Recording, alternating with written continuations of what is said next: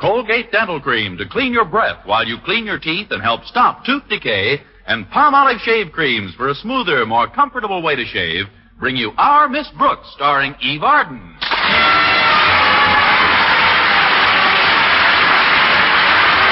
Time once again for another comedy episode of Our Miss Brooks, under the direction of Al Lewis. Well, whenever the routine at Madison High School is disturbed in any way, Principal Osgood Conklin registers serious objections, and he usually blames our Miss Brooks, who teaches English there, for the disturbance. But the latest upheaval in Madison's schedule was definitely not my fault. 2 weeks ago, the Board of Education put a television set into the school to see if its cultural and educational programs would enhance our regular curriculum. Last Thursday at breakfast, I discussed it with my landlady. What effect has the television set had so far? Well, Miss Fitzgerald, who conducts the TV group an hour a day, says there's one very marked result, Mrs. Davis. In just 2 weeks? That's right. There isn't a student at Madison who can't tell the difference between a Pinto and a Palomino at one glance. They do have a great many cowboy films on, don't they? I would say so, yes. But there are quite a few murder mysteries on, too, and some splendid horror films. But, Connie, the board placed the set in the school for its scholastic value. Don't they televise any truly educational programs? Oh, I suppose so, Mrs. Davis. They had a semi-educational program on yesterday. Semi-educational? Yes, I think it was called The Batman Eats Up the Dean of Harvard.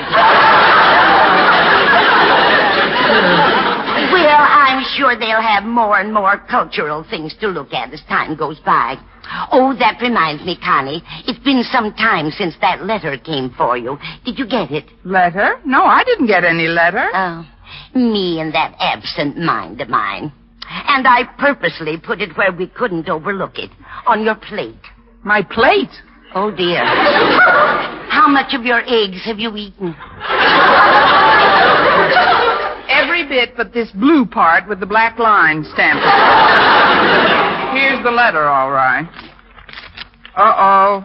It's another letter from the collection agency. The collection agency? Yes, Sherry's department store has put their delinquent accounts into the hands of the Coulter Collection Agency.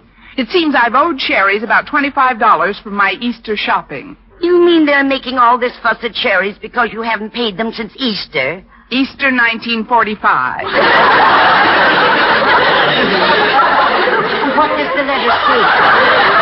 What does it say? It says that I've either got to pay the money at once or they'll notify my employer and attach my salary. Oh, this is terrible. You know how Mr. Conklin feels about anyone who gets into debt.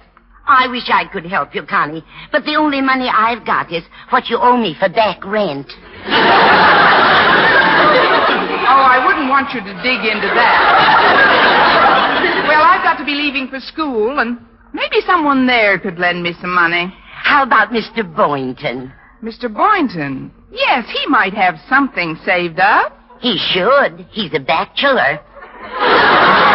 Don't rub it in. Of course, I kind of hate to ask him for a loan. Oh, nonsense, Connie. I'm sure he'll be happy to help you. He'll probably hand you $25 before you've even finished asking for it. It'll take longer than that to open his money belt.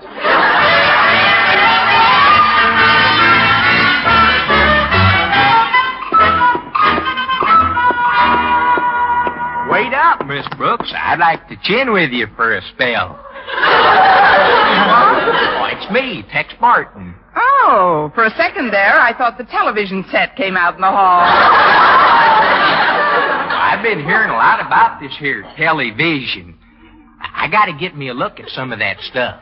A mirror is cheaper. I don't like to rush you, Tex, but I'm really... The reason I stopped you, Miss Brooks, I wanted to tell you Mr. Boynton's looking for you. Mr. Boynton? He seems right fond of you, ma'am. With no intention of sounding forward or personal, I'd like to say that I think the man who gets his brand on you is a mighty lucky hombre. Well, thank you, Tex. Now, if you'll excuse me, I'm going to the biology lab and get some branding irons in the fire. Adios, Tex. Well, Miss Brooks, come on in. Oh, thanks, Mr. Boynton. What is it you wanted to see me about? Well, it's, Miss Brooks, for over 4 years now, you and I have been, well, friends. Don't rub it in. I mean, of course we've been friends. Well, it's very difficult for me to have to do this, Miss Brooks, but I'd like to ask a favor of you. Now, that's a coincidence. I have a favor to ask of you, too. Really? Well, that makes it easier for me to ask mine. Miss Brooks? Yes, Mr. Boynton? Can you lend me $25? $25?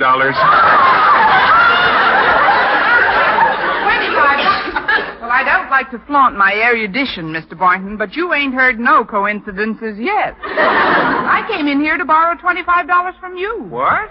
I got a letter from a collection agency this morning. And... collection agency? The Coulter Collection Agency? Yes. Do you take from them, too?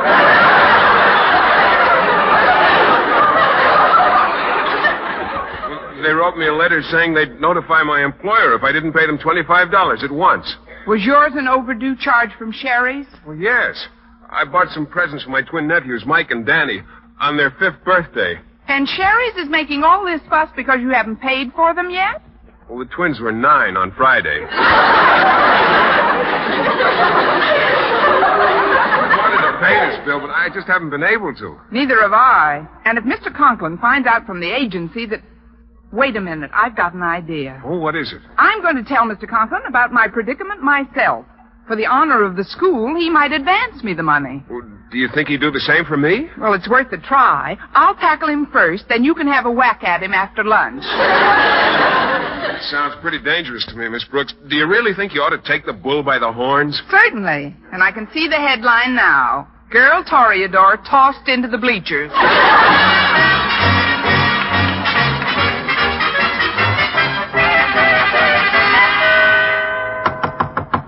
Come in. Pardon me, Mr. Conklin. I don't like to disturb you, Let's not start the day with half-truths, Miss Brooks. What do you want? Well, sir, it's like this. Do you mind if I open the window? The window? Just the width of a human body. Quite comfortable in this office. Now get to the point, please. All right, I will. I need $25 to pay a delinquent bill I owe at Sherry's department store because they've turned it over to a collection agency which wrote me a letter saying that if I don't pay it promptly, they'll take it up with you. And as small as it is, I've grown too attached to my salary to have it attached. I thank you. What? Am I to understand that one of my teachers is in the hands of a collection agency? $25 worth of me is. I wanted to pay it, sir, but What a deplorable state of affairs. Obviously, your self-indulgence and mismanagement have brought you to this sorry plight. Yes, sir. But if I can just get some help this one time... I suppose I'll have to do something about the situation. If the Board of Education ever found out about this, it would reflect not only on you, but on your school and its principal as well. Naturally, I don't want any skeletons in Madison's closet. Oh, you're so right, Mr. Conklin. It's terrifying enough around here without that. Who is it? I'm from the Coulter Collection Agency. Oops, he's here already. What should I do, Mr. Conklin? Where can I go? Now, calm down, Miss Brooks. One moment, please. I'll handle this matter. You go into my inner office and wait there until I call you. Yes, sir. Thank you, sir. Thanks very much. Come in. My name is Gray, William Gray. I'm with the Coulter Collection Agency. How do you do, Mr. Gray? I presume you're here in regard to a debt of one of Madison's teachers? No, I'm here in regard to a debt of one Osgood Conklin. Osgood Conklin? Yes, I'm new in this town and haven't had much of a chance to get acquainted. Sherry's department store tells me he owes them $50 since 1948. Could you help me find Mr. Conklin? What kind of a looking fellow is he? Have you any idea? Well, he was described to me as a dumpy sort of chap. Thinning hair and a mustache that looks like an unkept lawn. What? Why, there's no such person in this vicinity. Although, come to think of it, there was an Osgood Conklin employed here 4 or 5 years ago. I believe he was the school custodian. The one I have in mind is the principal of this school. The principal? Now? Yes. And if you happen to hear from him, would you be kind enough to inform him that unless he pays the $50 he owes by this afternoon, we will notify the Board of Education and take steps to attach his salary. But you can't do... that is, I'll be happy to inform the gentleman this way. Now, as the new school custodian, I'm quite busy, so if you'll excuse me, I'd like Yes, certainly. Thank you for your courtesy. That's quite all right. Good day, Mr. Gray. Good day, Mr. Conklin. Well, at least I'll have time. Good day, Mr. Conklin. Dad, he knows. Oh, well, I'll think of something. Miss Brooks, you may come in now.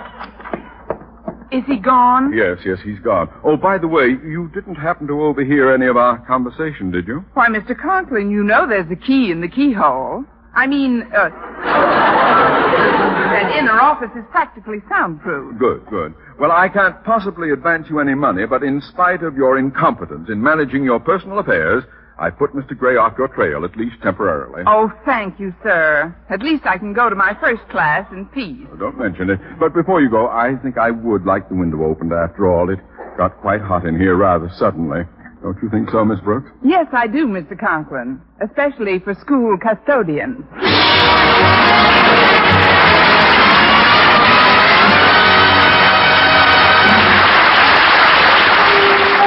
Brush your teeth with Colgate. Colgate Dental Cream. It cleans your breath. What a toothpaste. While it cleans your teeth. Colgate toothpaste. Cleans your breath. What a toothpaste. While it cleans your teeth. Colgate Dental Cream cleans your breath while it cleans your teeth. And the Colgate Way stops tooth decay best. Yes, the Colgate Way is the most thoroughly proved and accepted home method of oral hygiene known today.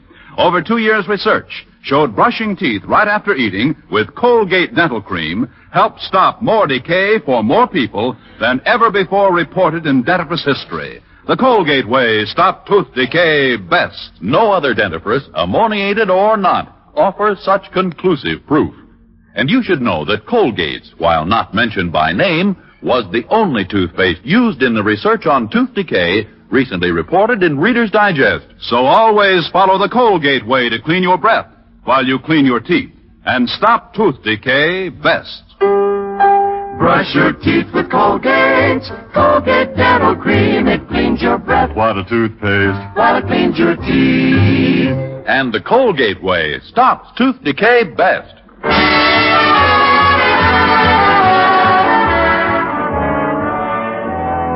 Well, since Mr. Conklin was a charter member of the Bad Debt Club, along with Mr. Boynton and myself, we were all faced with the same dilemma: how to stall off the Coulter Collection Agency before it took unpleasant action that afternoon.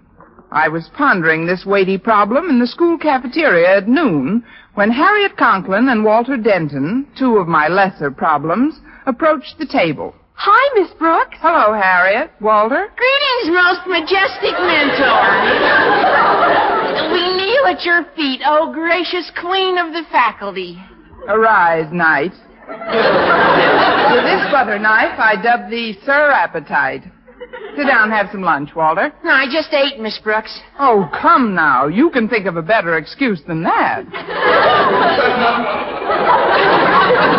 We're cutting down on our lunch these days, Miss Brooks. Why, Harriet? So we can enjoy the popcorn better when we watch television. You have no idea how we enjoy the school set, Miss Brooks. It's a wonderful medium for education. Oh, now, just a minute, Walter. I've watched some of those shows. Do you call those Western movies educational? Well, certainly. Of course, it all depends on what an individual's looking for. Now, me, I watch them to learn about customs and manners of a great era and a great adventurous people. And Harriet, on the other hand, watches them for another reason. What does she want to learn? How to slide a glass of beer down a long bar?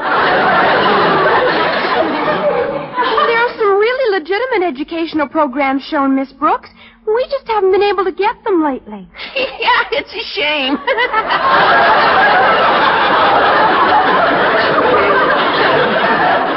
Oh, I suppose you kids do get something out of the television class. Oh, we do, Miss Brooks.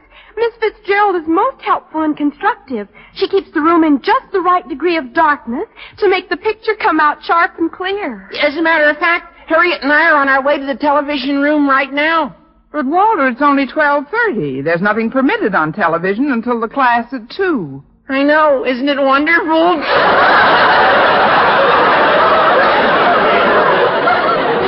Oh, come on, Harriet, dear.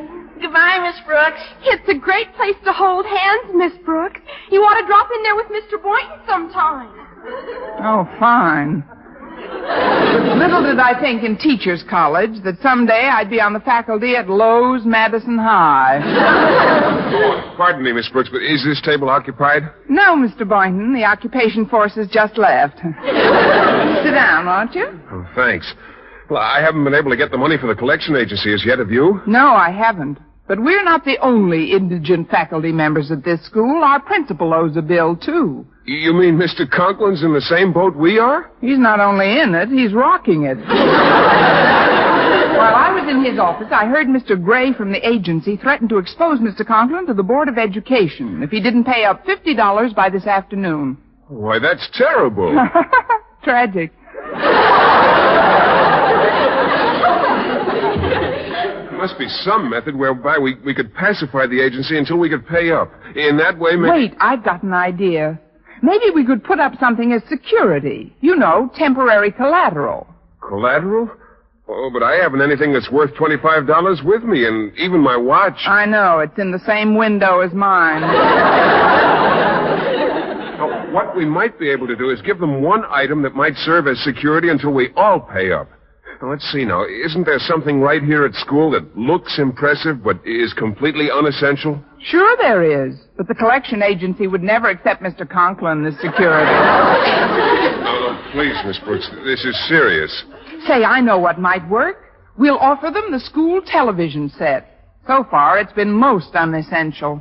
Oh, but it's not our property. It belongs to the board. We'll only be borrowing it, Mr. Boynton. And since we'll be helping Mr. Conklin out of a jam, too, he'll be sure to cooperate. Yes, the more I think about it, the more I like it. I'll call Mr. Gray and have him pick up the set immediately. But, Miss Brooks, are you sure Mr. Conklin will stand for this? Mr. Boynton, I'm positive. I can hardly wait to see his face when I tell him about it. I'll bet it turns absolutely human.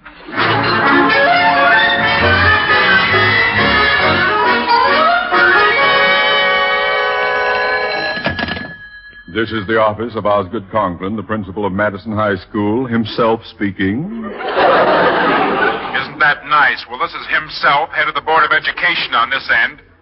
What? Mr. Stone, how nice to hear from you, sir. I was just saying to myself... You can tell me about it this afternoon, Conklin. I'm coming over to see how that television class is working in your school. The television class? But, Mr. Stone, are you sure this afternoon is convenient for you? Maybe some other time... We went to considerable expense to install that set 2 weeks ago, and I've got to find out if the experiment is worth it. I'll see you in about an hour. Goodbye. Yes, sir. Goodbye, Mr. Stone. Oh, everything happens to me. I hope that collection agency fellow doesn't come snooping around this afternoon. Whoop. He won't be back until tomorrow. It's me, Mr. Conklin, Miss Brooks. Oh, come in. Mr. Conklin, I've got some delightful news for you. Really? When are you transferring?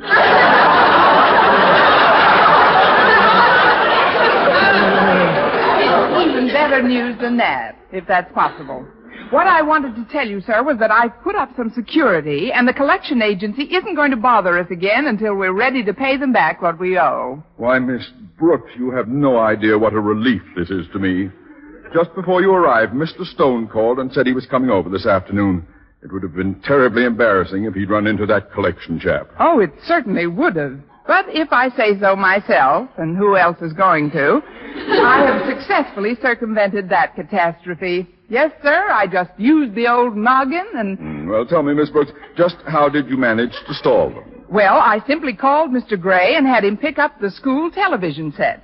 And in return for that, he agreed not to... You had him pick up what?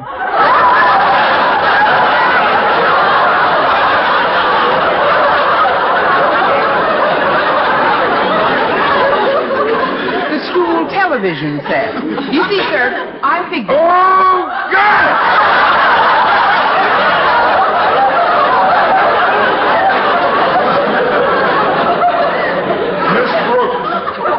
The reason Mr. Stone just called was to inform me that he's coming over this afternoon to witness the school set in operation. What?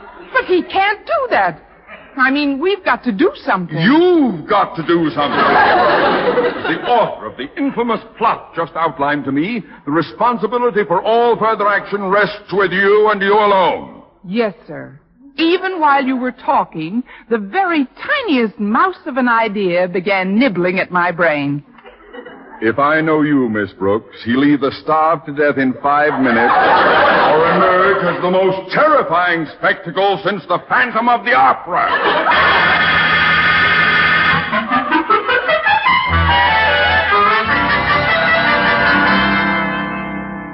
Well, we're assured of the cooperation of the kids, Mr. Conklin. The rest is up to us. It's a desperate measure, Miss Brooks, but I'll do my part. Now, as I understand it, you are to remain here in my office to receive Mr. Stone, and I am to return in about 5 minutes. Correct. Believe me, Mr. Conklin, when Mr. Stone leaves here, he'll be delighted that our TV set is no longer on the premises. I'd like to believe you, Miss Brooks. And now, as I leave this office where I spent so many joyous years as Madison's beloved dictator, principal, I can only say, as I open this door, that if I am about to walk into the shadow of unemployment, I shall not walk alone. Isn't he sweet? Oh, give me a home. Da da da da da da da da da da da da da da. Come in. Good afternoon, Miss Brooks. Is Mr. Conklin in? No, sir. Now, where is he? Well, I can't rightly say. He just sort of took off like a big-winged bird. What? More likely just moseyed down the hall a piece. Come on in and sit, Mr. Stone. I'll chin with you a spell. Chin with... Miss Brooks, do you realize you're talking to the head of the Board of Education? Oh, I'm sorry, Mr. Stone. It's just that I've been watching so much television since you had it installed at school that this here Western palaver comes right natural to me. That set was installed for strictly cultural purposes. And that's the way it's been used. It's already tied and branded most of the young'uns here at Madison. The young'uns? Beg pardon for busting in, Miss Brooks, but have you seen anything of my Pappy?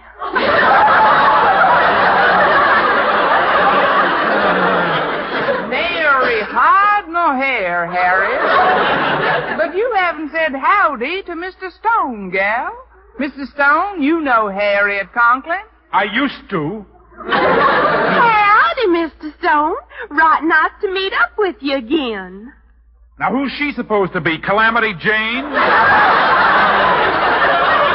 Why does everybody spend so much attention to Westerns? As far as I'm concerned, they're nothing but... Hold on there, Mr. Stone. That kind of palaver don't go in these parts. What's that?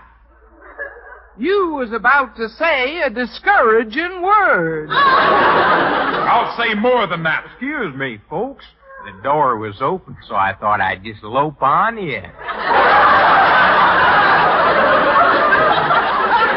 This I don't believe at all.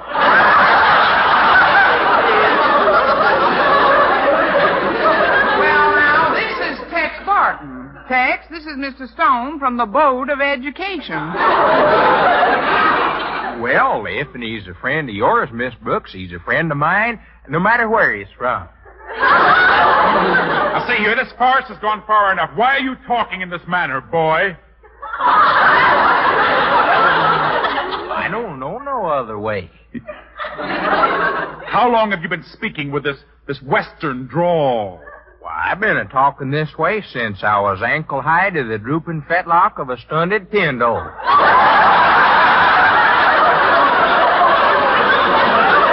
And you can't get lower than that unless you're driving a submarine. He can't have always talked this way. Television isn't that old. With him, it's standard equipment, Mr. I don't get this. Does everyone at Madison want to be a cowboy? Oh, Oh, no, sir. Several of them have expressed a desire to be Indians. When this TV proposition was broached... Oh, there you are, Conklin. Sorry I'm late. I guess you must think I'm a pretty ornery maverick. Ornery maverick? Why, sure. To go traipsing off while you're squatting on your haunches in my corral? Oh, for heaven's sakes, not you, too! Mr. Conklin's watched television very closely. Yeah, I've observed it thoroughly, partner. I mean, Mr. Stone. All I can say is the influence it's had on this particular school is positively abysmal. Oh, I agree. Yeah, what you said. That's why I took the liberty of making a rather radical decision today. Mr. Stone, what would you say if I told you that the television set was no longer with us? I'd say good riddance, Osgood. Splendid. You would? In that case, I must, with humble pride, accept your congratulations, sir. The set is off these premises. And as I would have taken full censure, so must I take full credit for its going. Huh? In its concept from the beginning, this action taken for the good of the school was my doing and mine alone. And I know Miss Brooks will be the first to bear me out. Definitely. How do you want to go? Head first or feet first?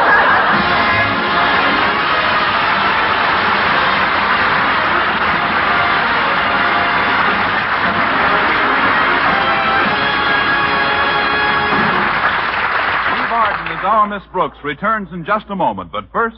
You'll get smoother, more comfortable shaves by shaving the Palmolive brushless way.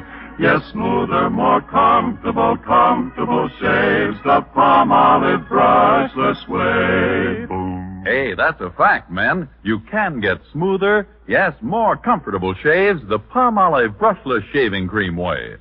Just rub velvet smooth Palmolive brushless into your beard. You'll find it wilts the toughest whiskers, actually protects your skin by providing a soft film that floats your razor's cutting edge.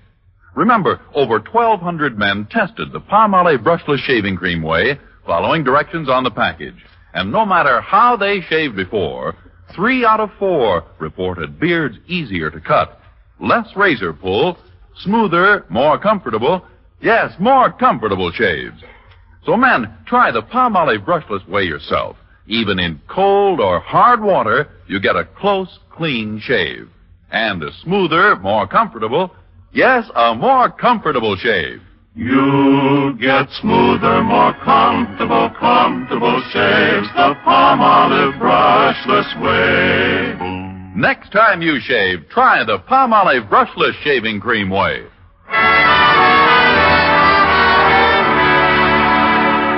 And now, once again, here is our Miss Brooks. Well, as soon as Mr. Stone and the others had left his office, Mr. Conklin admitted that he was grateful for my assistance. Then, in the manner so typical of the man, he immediately conferred upon me my reward. Miss Brooks, in appreciation for your meritorious service, I've decided to bestow a rare honor upon you. You will be permitted to type up in triplicate 6 copies of my latest report to the superintendent of schools and have it on my desk tomorrow morning. Miss Brooks, you haven't answered me. Where are you going? I'm going to head him off at the pass. It's the only way to save the fort.